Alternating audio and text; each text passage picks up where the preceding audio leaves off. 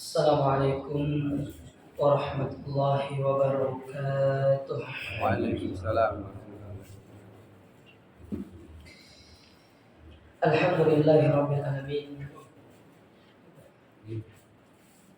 Wassalatu wassalam ala nabiyyina karim wa ala alihi wa ashabihi wa man sara ala nahji wa man tamassaka bi sunnatihi ila yaumil qiyamah, amma ba'd. Bapak Ibu yang semoga senantiasa dirahmati Allah, pertama-tama marilah kita senantiasa bersyukur kepada Allah Azza wa Jalla. Pada kesempatan yang berbahagia ini, Allah kembali mempertemukan kita dalam majelis yang mulia ini, di dalam salah satu rumah di antara rumah-rumahnya, di dalam salah satu taman di antara taman-taman surga yang ada di dunia. Dan insya Allah pada kesempatan ini kita kembali melanjutkan kajian kita, masih berkaitan dengan salam, yang mana salam ini merupakan salah satu syiar di antara syiar-syiar agama kita, yaitu kita mengucapkan salam. Nah, di antara dalil yang kita sebutkan pada pertemuan sebelumnya tentang pentingnya seorang memperhatikan masalah salam ini, yaitu firman Allah Subhanahu wa taala dalam surat An-Nur pada ayat yang ke-27. Allah mengatakan, ya ayyuhalladzina amanu, wahai orang-orang beriman, la tadkhulu buyutan ghayra buyutikum, janganlah kalian masuk ke dalam satu rumah selain rumah-rumah kalian, hatta tastanisu, sampai kalian meminta izin kepada pemiliknya, wa tusallimu ala ahliha, dan mengucapkan salam kepada mereka. Nah, ini sebagai dalil kewajiban kita ketika pergi bertamu ke rumah salah seorang dari teman kita kaum muslimin, kita mengucapkan salam dan meminta izin kepada mereka untuk diperkenankan masuk ke dalam rumahnya. Jadi jangan nyelonong, buka pintu, masuk, assalamualaikum, terus jalan sampai mungkin pemilik rumah lagi dalam kondisi belum siap. Meskipun itu teman akrab kita, tapi kita punya adab. Ada adab yang harus diperhatikan. Makanya kata para ulama itu, adab itu lebih tinggi daripada ilmu. Seorang dikatakan dia memiliki ilmu kalau dia memiliki adab. Percuma memiliki ilmu yang tinggi, kalau tidak punya adab, maka dia bisa dikategorikan tidak memiliki ilmu yang bermanfaat, karena dia tidak memiliki adab. Maka penting adab ini, dan salah satu adab itu namanya adalah salam. Baik, sekarang kita akan membacakan dalil terkait sifat salam. Bagaimana cara kita mengucapkan salam? Sebenarnya kan kita sudah mengetahui tata cara mengucapkan salam itu kan. Bentuknya ada 3 model. Tapi di sini kita ingin menekankan bahwasanya ucapan itu, bentuk salam seperti itu bukan sekedar ucapan belakang, tetapi ada dalilnya. Jadi pengucapan model salam seperti yang kita sering ucapkan itu bukan berdasarkan buatan manusia semata, tidak, tapi itu ada dalilnya, perintahnya dari syariat. Yang pertama dari hadis Abu Hurairah, yang mana hadis ini diriwayatkan oleh Imam Bukhari dan Imam Muslim. Dari Nabi SAW, beliau bersabda, lamma khalaqallahu Adam alaihi salam,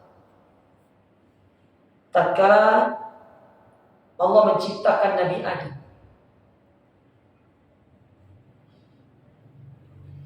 maka Allah berkata kepada Adam, idhab, pergilah engkau wahai Adam, fasallim ala haula atau ala ulai, ucapkanlah salam kepada mereka,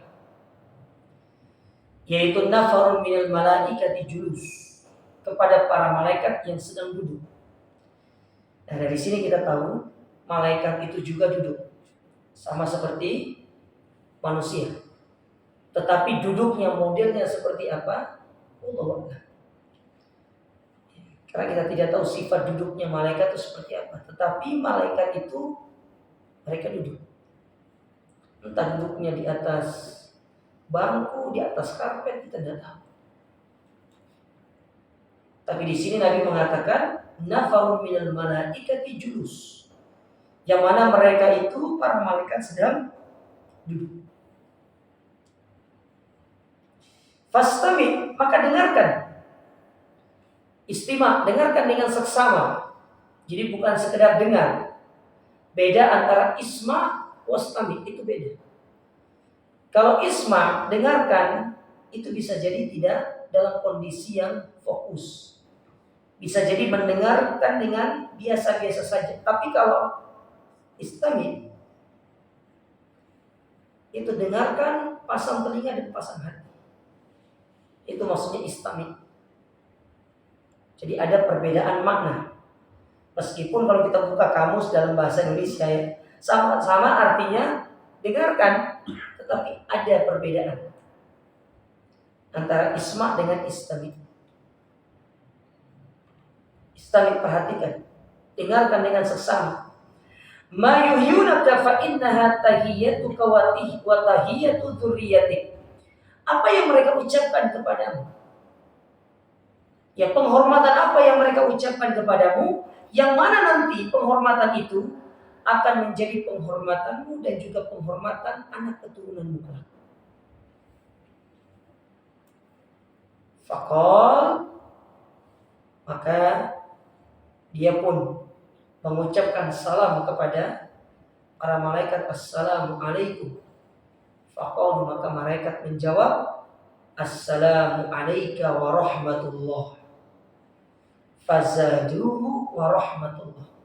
Yang mana malaikat itu menambahkan lafaz wa rahmatullah. Tadi kan Adam mengucapkan assalamu alaikum, tetapi malaikat mengucapkan dengan tambahan wa rahmatullah. Berarti dari hadis ini ada dua bentuk salam yang disebutkan. Yang pertama assalamu alaikum saja, dan yang kedua assalamu alaikum warahmatullah. Hadis ini muttafaqun alaih. Hadis yang kedua dari Imran ibn Husain radhiyallahu taala anhu, beliau berkata, Ja'a rajulun ila Nabi sallallahu alaihi wasallam faqala. Pernah suatu ketika ada seorang datang kepada Nabi sallallahu alaihi wasallam, maka orang ini berkata, assalamu alaikum. Keselamatan atas kalian. Faradda alaihi summa jalasa. Maka Nabi sallallahu alaihi wasallam pun menjawab atasnya, kemudian dia pun duduk. Faqala Nabi sallallahu alaihi wasallam, maka ketika orang ini sudah duduk, Nabi mengatakan asyraf, 10. Maksudnya ucapan tadi assalamualaikum itu nilainya 10. Ya, itu nilainya 10. 10 kebaikan. Jadi ketika seorang mengucapkan assalamualaikum, berarti dia telah mendapatkan 10 kebaikan. Summa ja'a akhar, kemudian datang yang lain, yang kedua. Faqal, maka orang ini mengatakan assalamualaikum warahmatullah.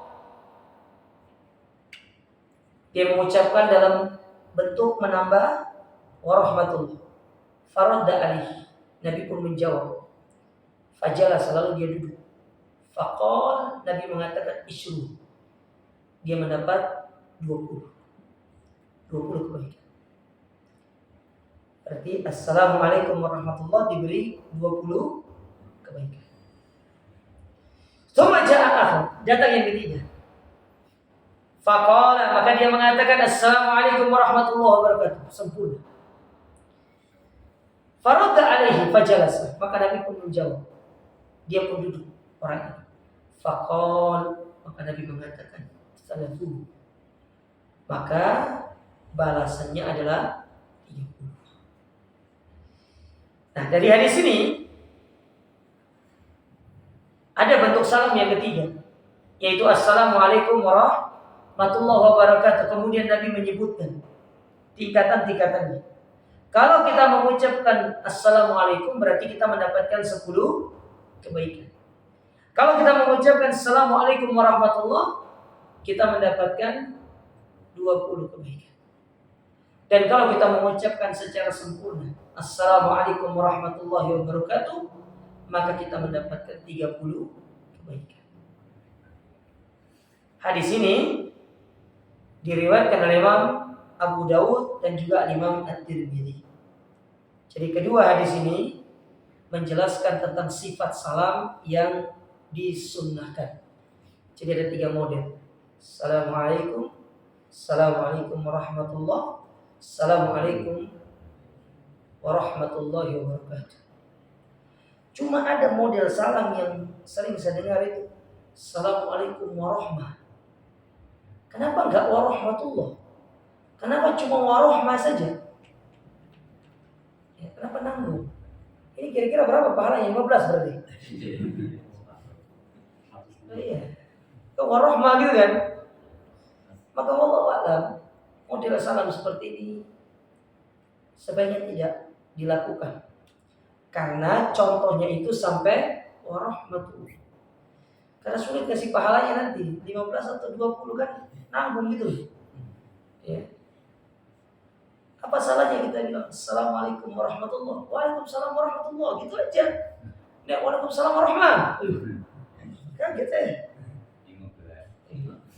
bingung ini malaikat mencatat berapa?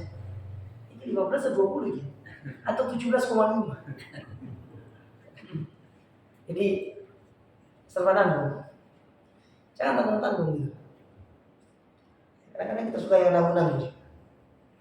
Baik. Nah, ini 2 dalil yang menjelaskan tentang sifat salam itu. Dan kita baca penjelasannya sedikit terkait 2 dalil ini. Berkata penulis, assalamu fil islami lahu sigotun. Salam dalam Islam itu dia punya sigo. Sigo itu dia punya bentuk. Sanah Rasulullah SAW yang telah disunnahkan oleh Nabi. Sehingga dari sini kita nggak boleh membuat model salam sendiri. Sehingga salam itu bisa dikatakan syariat yang ditentukan. Nggak boleh antum membuat model salam sendiri.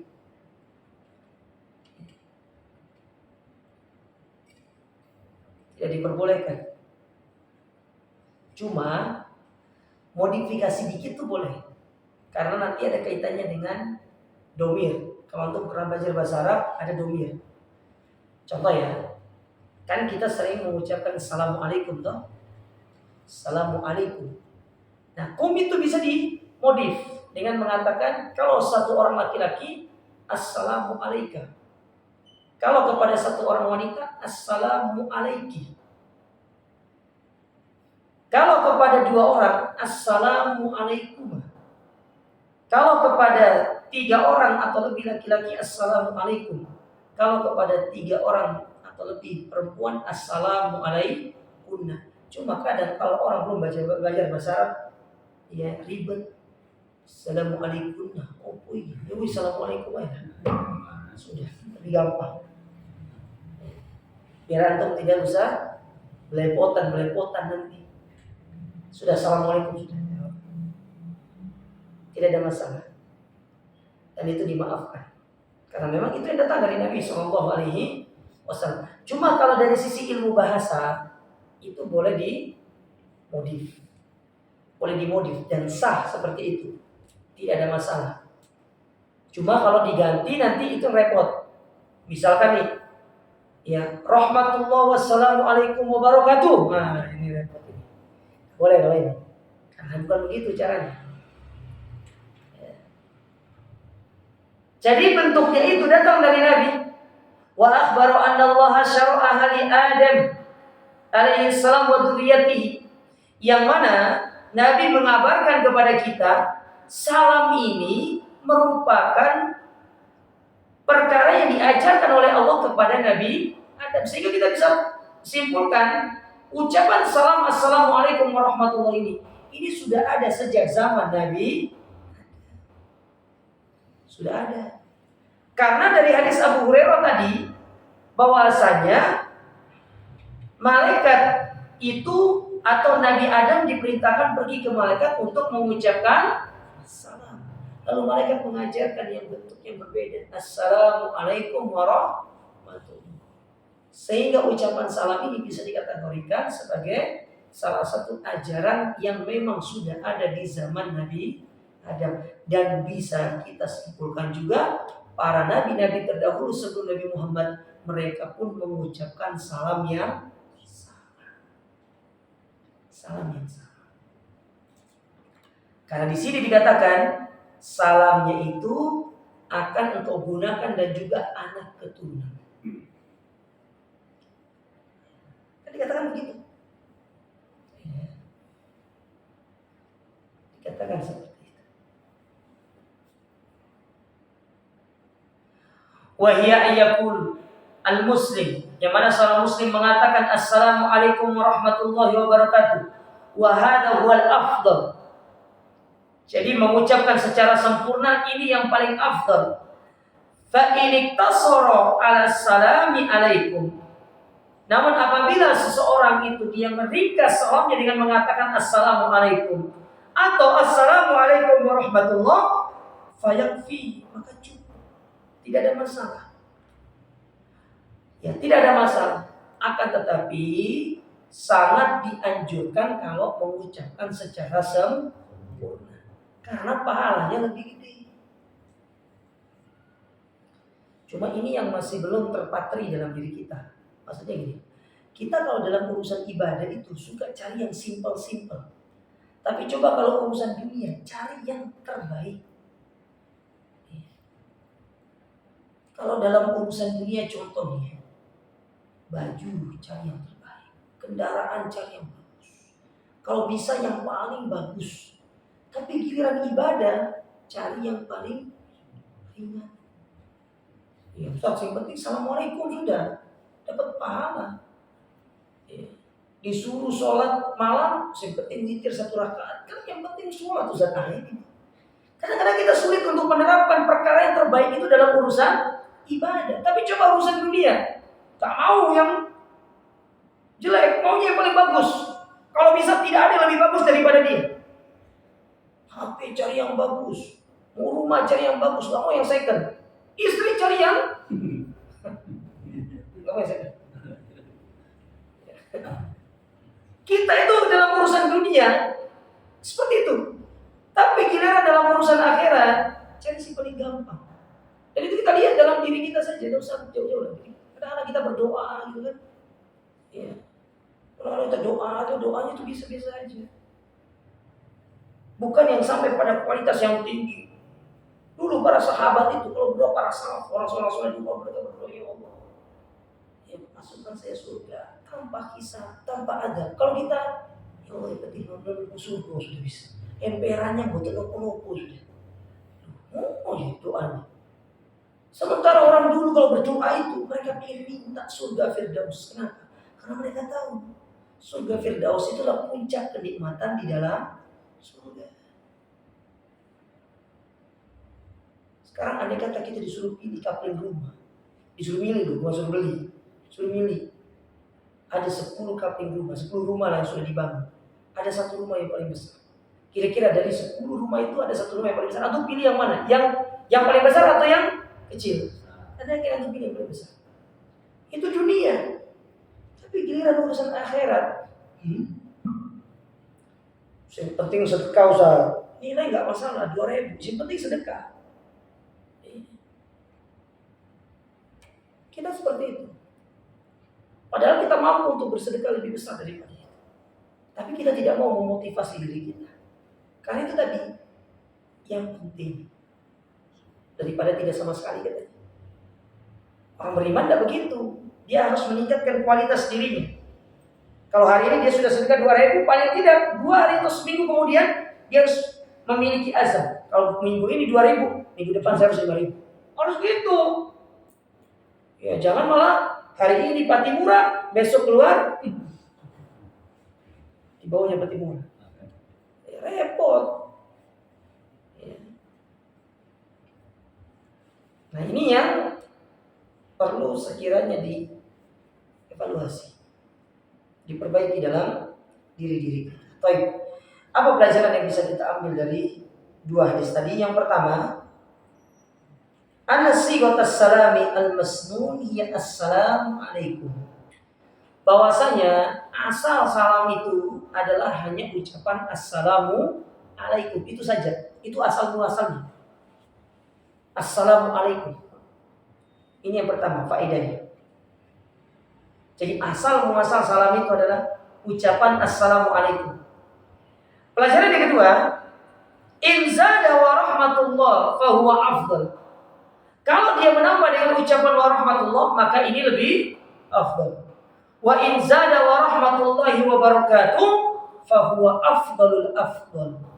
Tapi kalau dia menambah sampai ucapan wa barakatuh, maka ini afdal di atas afdal. Makanya kalau kita ketemu sama saudara kita, gitu, assalamualaikum warahmatullahi wabarakatuh. Tapi kayaknya kepanjangan Ustaz ya. Ya karena umumnya kalau ketemu orang itu assalamualaikum, nah bisa gitu. Jadi kalau kita ucapkan lengkap Ustaz, nanti dikira kita mau ceramah. Gak bisa orang ceramah yang assalamualaikum warahmatullahi wabarakatuh. Tidak juga. Artinya kita ingin mendapatkan pahala yang lebih banyak. Kemudian pelajaran yang ketiga dari 2 hadis ini, wujubu raddis salam bimithlihi au istihbabuz ziyadah. Wajibnya menjawab salam dengan yang semisal atau yang lebih daripada itu.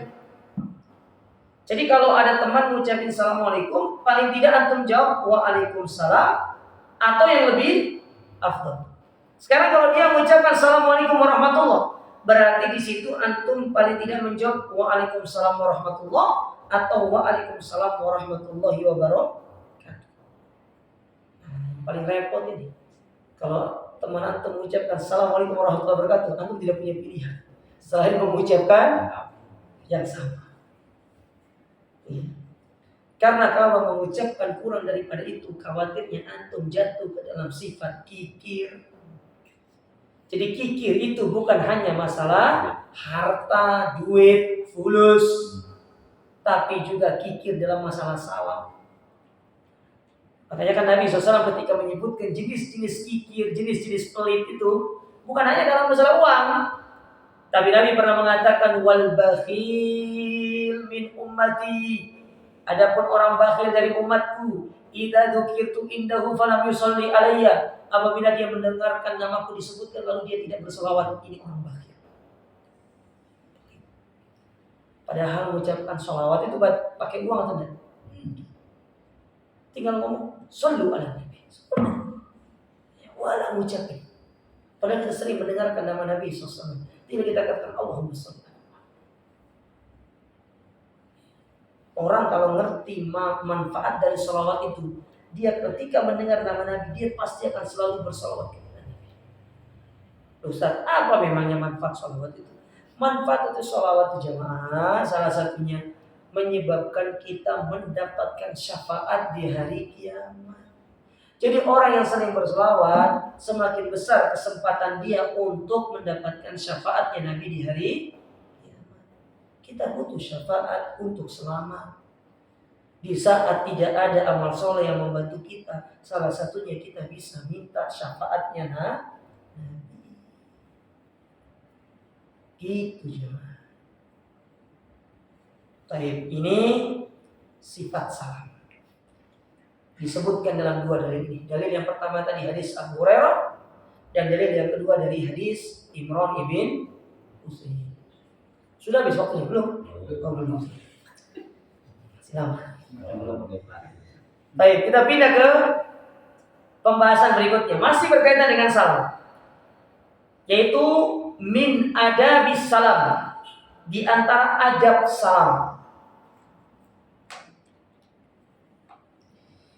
Di antara adab salam yang pertama, assalamu idza dakhala baitah. Mengucapkan salam ketika masuk rumah. Ada tidak ada menungsonya Pak, tetap salam. Kadang kita kalau ada orang baru salam. Kalau nggak ada orang nggak salam-salam. Dengarkan hadis ini. Ya, dengarkan hadis ini. Nabi SAW pernah bersabda dari hadis Anas bin Malik radhiyallahu taala anhu. Beliau berkata, qala li Rasul, pernah Rasul berkata kepada Anas, ya bunai, wahai anak kecil, idza dakhalta ala ahlik, apabila engkau masuk bertemu dengan keluargamu, fasallim, ucapkan salam, yakun barakatan alika wa ala ahli baitik, karena salam itu membawa berkah. Salam membawa berkah. Kita butuh keberkahan dalam rumah tangga. Salah satu caranya adalah dengan mengucapkan salam.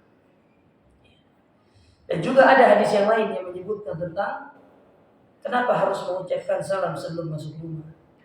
Supaya setan tidak masuk rumah. Karena kalau rumah diucapkan salam, setan kabur. Kabur setan itu. Dia tidak punya tempat menginap malam itu. Sementara kalau kita tidak mengucapkan salam, maka dia panggil teman-temannya.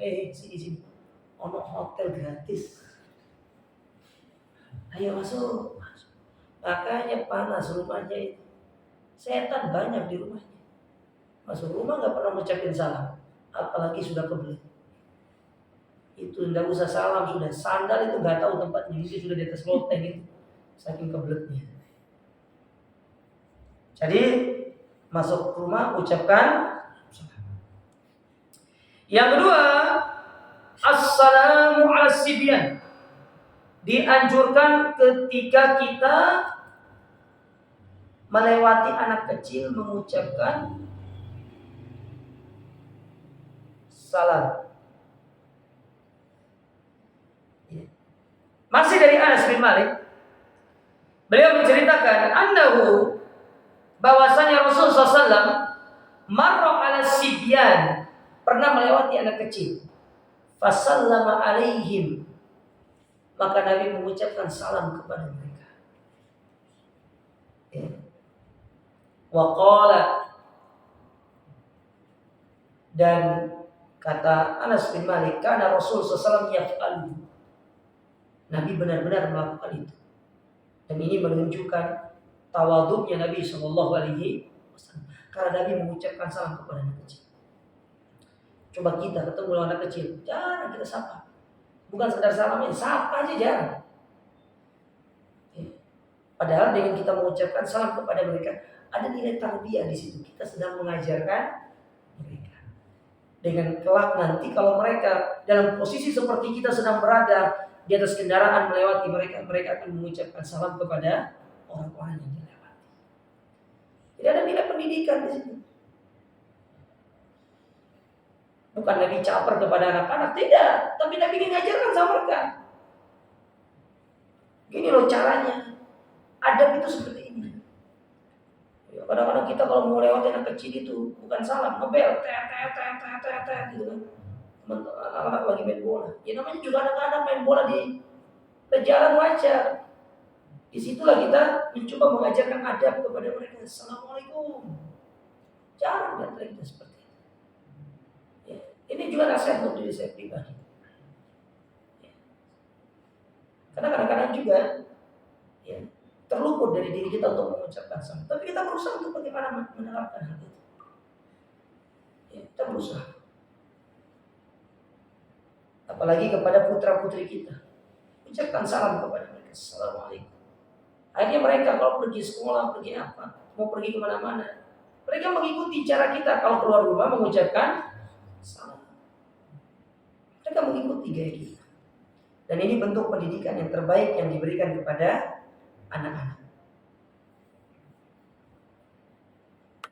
Baik, apa pelajaran dari kedua hadis ini? Yang pertama, istihbabus salam 'alal ahli idza dakhala ar-rajulu baitah. Disunahkan mengucapkan salam kepada keluarga ketika kita masuk ke dalam rumah. Ya. Ketika masuk ke dalam rumah. Kemudian yang kedua, istihbabus salam 'ala sibyan lima fi dzalika minat tawadu wa ta'limuhum sunnatus salam. Nah, ini dia. Disunahkan mengucap salam kepada anak kecil karena dalam perbuatan yang demikian menunjukkan ketawaduan dan juga sebagai bentuk pengajaran kepada mereka tentang sunnah. Itu maksudnya. Jadi ada pengajaran kepada mereka. Kita mengajarkan mereka juga tawadu. Ini penting. Ini penting seperti ini. Kadang-kadang kita suka meremehkan perkara yang seperti ini penting. Baik, kemudian kita pindah ke dalil berikutnya. Masih berkaitan dengan adab salam dari Abu Hurairah radhiyallahu taala anhu. Bahwasanya Rasulullah SAW pernah bersabda di antara adab salam ini, yusallimur raqib 'alal mashi. Yang di atas kendaraan mengucapkan salam kepada yang berjalan. Kalau dalam konteks ini, mau dia besar atau kecil, selama dia di atas kendaraan, dia mengucapkan salam kepada yang berjalan. Wal masyi 'alal qa'id, yang jalan kepada yang duduk. Wal qalil 'alal katsir, dan yang sedikit kepada yang banyak. Sedikit kepada yang banyak. Ini penting. Adab ini. Jadi ada 3 kondisi disebutkan di situ. Yang berada di atas kendaraan kepada yang berjalan. Kemudian yang berjalan kepada yang duduk. Kemudian yang sedikit kepada yang banyak. Ustaz, kalau yang duduk kepada yang mana? Masa kepada yang mati? Ini bisa jawab yang mati. Bagaimana cara mau jawab? Tidak bisa nih. Wa fi riwayat Bukhari, dalam riwayat Bukhari ditambahkan oleh beliau was-shaghir 'alal kabir, yang kecil kepada yang besar. Yang kecil kepada yang besar. Jadi kapan yang kecil yang besar ini? Kalau mereka sama-sama bertemu dalam kondisi yang sama, misalkan sama-sama jalan atau sama-sama di atas kendaraan. Tetapi kalau mereka itu salah satunya di atas kendaraan, maka berlaku tadi hukum yang di atas kendaraan kepada yang sedang jalan. Meskipun secara usia yang di atas kendaraan itu yang lebih kecil, tetapi lebih afdolnya, kata Pak ulama ya, afdolnya sebaiknya yang kecil kepada yang besar. Itu afdol. Sebaiknya seperti itu. Meskipun yang kecil di atas kendaraan atau yang yang kecil sedang berjalan, yang besar di atas kendaraan, tidak ada masalah untuk kita mengucapkan salam kepada yang lebih tua. Meskipun mereka itu pada hakikatnya dalam hadis tadi, dia di atas motor nih, kita yang jalan. Harusnya kan dia yang mengucapkan salam sama kita.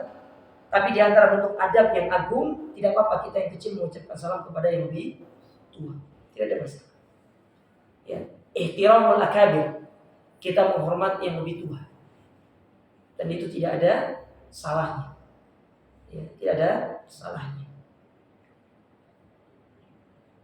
Baik. Kemudian dalil berikutnya yang masih menjelaskan tentang adab dalam salat. Dari hadis Abu Hurairah radhiyallahu taala anhu, fi haditsil musi salati, hadis yang berkaitan dengan orang yang rusak salatnya. Annahu, bahwasanya orang ini datang ja'a fa shalla. Dia datang kemudian dia salat, summa ja'a ila Nabi, kemudian dia datang kepada Nabi. Fa sallama faradda alaihi salam. Maka dia mengucapkan salam. Kemudian Nabi menjawab salamnya, faqala irji fasalli fa innaka lam tusalli. Pergilah engkau salat lagi karena engkau belum salat. Faraja'a fasalla, summa ja'a fasallama ala Nabi. Kemudian dia pergi salat, dia datang lagi kepada Nabi dan mengucapkan salam lagi. Hatta fa'ala dzalika salasal marrat. Lalu dia mengulangi sebanyak 3 kali. Berarti dari hadis ini kita bisa mengambil pelajaran yang mendekat kepada kita itulah yang mengucapkan salam. Bukan kita yang didekati mengucapkan salam kepada yang mendekat. Jadi kita yang mendekati kepada kerumunan, kita yang mengucapkan salam. Jadi kita yang jalan kepada kerumunan, kita assalamualaikum. Bukan kita yang sedang duduk dalam di kerumunan, assalamualaikum. Nah gitu, itu salah konsepnya. Tapi yang tepat itu adalah kita yang mendekat kepada yang didatangi. Artinya yang mendatangi mengucapkan salam kepada orang yang didatangi. Itu dia. Ya. Makanya kalau antum sudah tahu ilmunya, tidak usah untuk ucapkan salam dulu, biar dia ucapin salam. Kalau dia udah ucapkan salam, akhi salam. Ulang. Suruh pulang dari luar masuk nanti. Ya, gitu caranya. Ajarkan. Tidak ada masalah. Ya.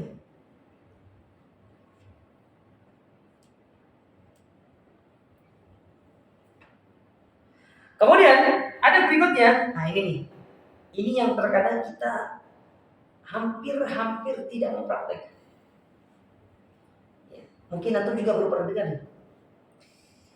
Dari hadis Abu Hurairah radhiyallahu taala dari Nabi SAW, beliau bersabda, "Idza laqiya ahadukum akhahu," apabila salah seorang di antara kalian bertemu dengan saudaranya, falyusallim alaihi, maka hendaklah dia mengucapkan salam. Fa in halat bainahuma syajaratun aw jidarun aw hajarun, summa laqiyahu falyusallim alaihi. Nah, kalau di antara kalian sedang berjalan, lalu kemudian kalian di tengah jalan itu berpisah lantaran karena ada pohon, ada bangunan, atau ada apalah. Misalkan anggap contoh ya, ini pohon nih. Jalan syah. Ketika ketemu kembali, maka mengucapkan salam. Mengucapkan salam. Biasanya kita itu kalau jalan misalkan ya sama teman pergi ke pasar, lalu kita kamu langsung sini ya. Kalau ketemu, assalamualaikum gitu. Bukan yo, ketemu nggak? Enggak gitu, salam dulu baru. Itu ada. Dan ini hampir jarang dipraktikkan. Sebenarnya bisa dipraktekkan ketika misalkan kita sama-sama keluar masjid, keluar dari pintu yang berbeda, ketemu lagi, assalamualaikum, bisa. Karena kan kita dipisahkan itu. Bisa dipahami jemaah? Ini adab yang sudah mulai ditinggalkan. Bahkan terasa aneh ya di tengah kaum muslimin. Ya, aneh di tengah kaum muslimin. Baik, kemudian dalil yang berikutnya masih dari Abu Hurairah radhiyallahu taala bahwasanya Rasul SAW pernah bersabda, "Idzan taha ahadukum ila majlisin," apabila salah seorang di antara kalian selesai dari satu majlis, falyusallim, maka hendaklah dia mengucapkan salam. Maksudnya saya nih yang berceramah, saya mengucapkan salam. Fa in bada lahu an yajlisa falyajlis. Summa idza qama falyusallim falaysatil ula bi ahaqqi minal akhar. Maka kalau kemudian ya tampak baginya ada orang yang ingin duduk, silakan duduk. Kemudian kalau ada yang ingin berdiri, maka hendaknya yang berdiri itu kemudian dia mengucapkan salam kepada yang duduk ketika dia ingin pergi. Dia mengucapkan salam. Aku nak pergi, assalamualaikum. Bukan yang duduk kemudian mau mana? Mau pergi? Ya wis, assalamualaikum ya. Yang pergi. Sebagaimana tadi yang datang, maka yang pergi juga mengucapkan salam. Itu dia. Nah ini di antara adab-adab yang disebutkan oleh Nabi SAW terkait masalah adab salam. Tapi apa kesimpulannya atau pelajaran dari hadis-hadis yang kita sebutkan? Yang pertama, anna sunnata an yusallim ar-raqib al-masy. Di antara sunnah itu orang yang mengendarai mengucapkan salam kepada yang berjalan. Wal masyi 'alal qa'id, yang berjalan kepada yang duduk. Wal qalil 'alal katsir, yang banyak, yang sedikit kepada yang banyak. Was shaghir 'alal kabir, dan yang kecil kepada yang besar. Jadi ada 4 kondisi. Yang di atas kendaraan kepada yang berjalan kepada yang duduk, yang sedikit kepada yang banyak, yang kecil kepada yang besar. Kemudian pelajaran yang kedua, istihbabu ilqa'is salam idza tafarraqa al-muslimani thumma iltaqiya walau qasara al-fasl wa tataqarrar dzalik. Disunnahkan mengucapkan salam kalau 2 orang itu berpisah kemudian bertemu kembali, meskipun itu dilakukan berulang-ulang. Misalkan nih, ada tiang ketemu, assalamualaikum, ada tiang lagi, assalamualaikum, ada tiang lagi, assalamualaikum. Kakean. Ya, sunnahnya begitu. Kalau begitu, supaya nggak ngucapin salam terus-terus, ya udah tarik teman antum biar jangan satu jalan, gitu caranya. Memang begitu sunnahnya. Yang ketiga, istihbabus salam indal qiyam min majlis wa wujubu raddihi, dan disunahkan untuk mengucapkan salam ketika kita bangkit dari satu majlis dan wajib untuk menjawabnya.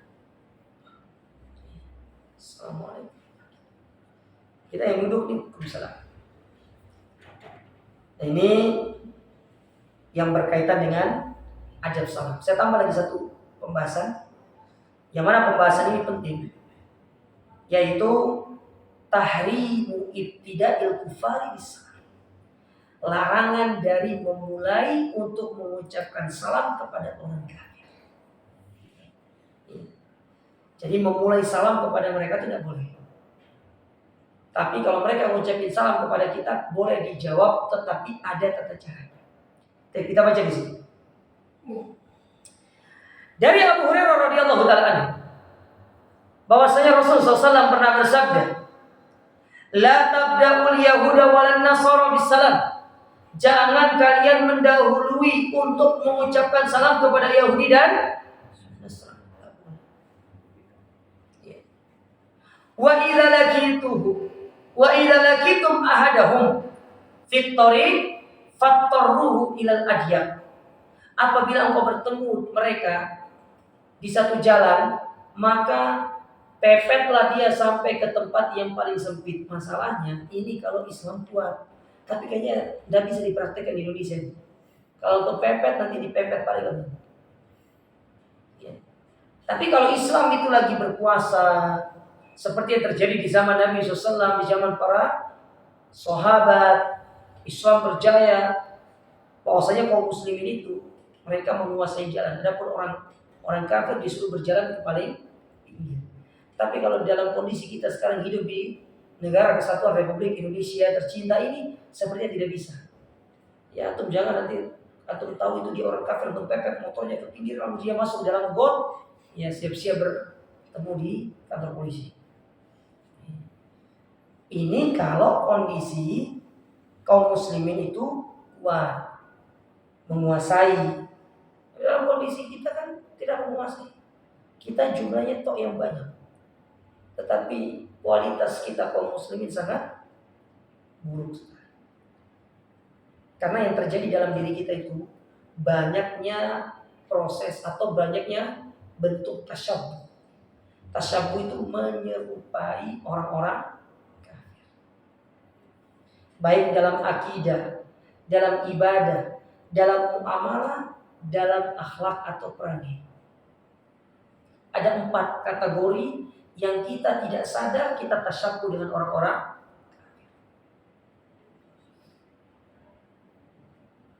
Ini kalau antum teliti 4 ini, kalau antum jadikan judul pengajian 4 hari 4 malam nggak selesai.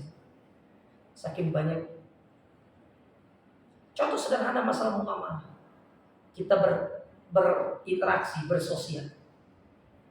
bersosialisasi. Apa di antara bentuk? Apa namanya?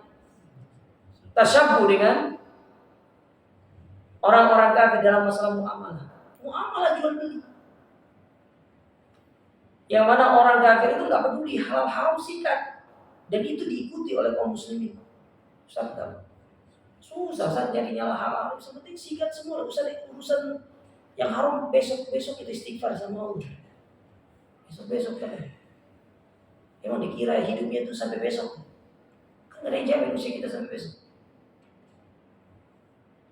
Contoh yang konkret.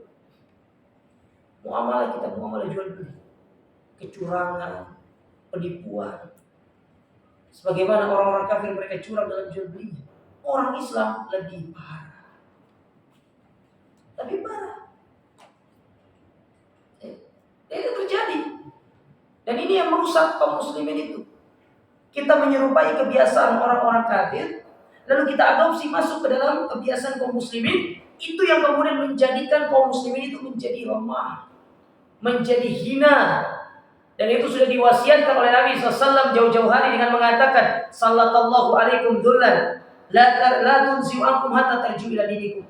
Senantiasa kalian akan hina, kalian akan lemah, kalian akan dicampakkan oleh Allah Ta'ala, dan hal-hal tersebut tidak akan diangkat oleh Allah sampai kalian kembali kepada agama kalian.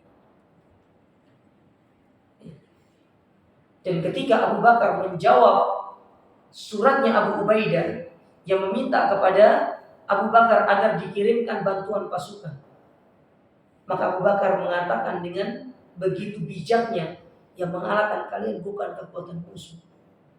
Tidak pernah kaum muslimin itu perang menang gara-gara jumlah. Tidak pernah.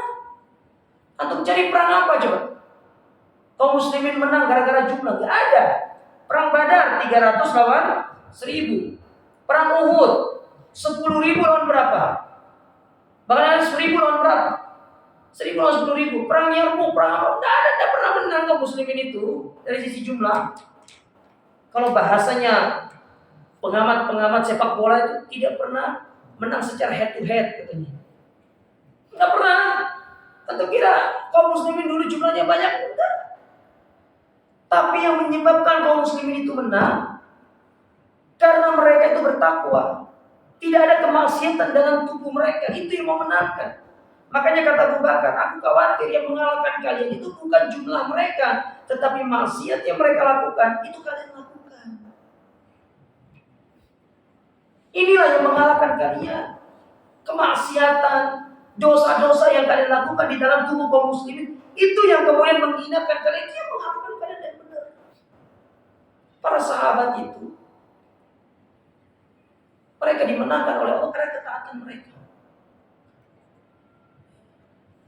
Coba lihat persaksian orang-orang Romawi ketika menyebutkan tentang orang-orang Islam ini. Mereka, orang-orang Islam ini, ubadul lail.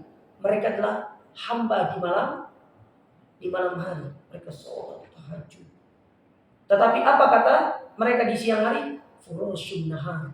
Mereka itu singa yang sedang puas kalau di siang hari. Itu orang Islam tuh begitu dulu. Makanya ketika Man'an ketemu sama Khalid bin Walid dalam perang Yarmouk, ngomong Man'an itu, ya, ngomong Man'an apa kata Man'an kepada Khalid? Ya Khalid, aku sudah dengar nama engkau ini. Engkau ini terkenal di mana-mana sebagai pedang yang terhunus, pedang Allah Ta'ala yang terhunus. Saya mau tanya, apa tujuan kau datang ke sini? Coba pulanglah, kami kasih engkau 10 dinar, kau pulang. Satu orang 1 dinar, 10 dinar. Jadi kata orang Romawi itu, aku kasih 10 dinar kepada kalian, kalian pulang biar tidak jadi perang. Apa jawaban Umar? Jawaban Khalid bin Walid kepada Man'an, pemimpinnya Romawi.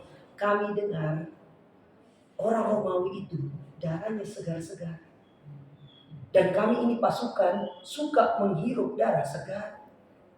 Langsung Man'an, ngomongnya gitu. Tak jadi. Masuk Islam dia Man'an. Sehingga dia katakan Khalid itu, kami itu dulu satu kaum yang menyembah kepada patung berhala.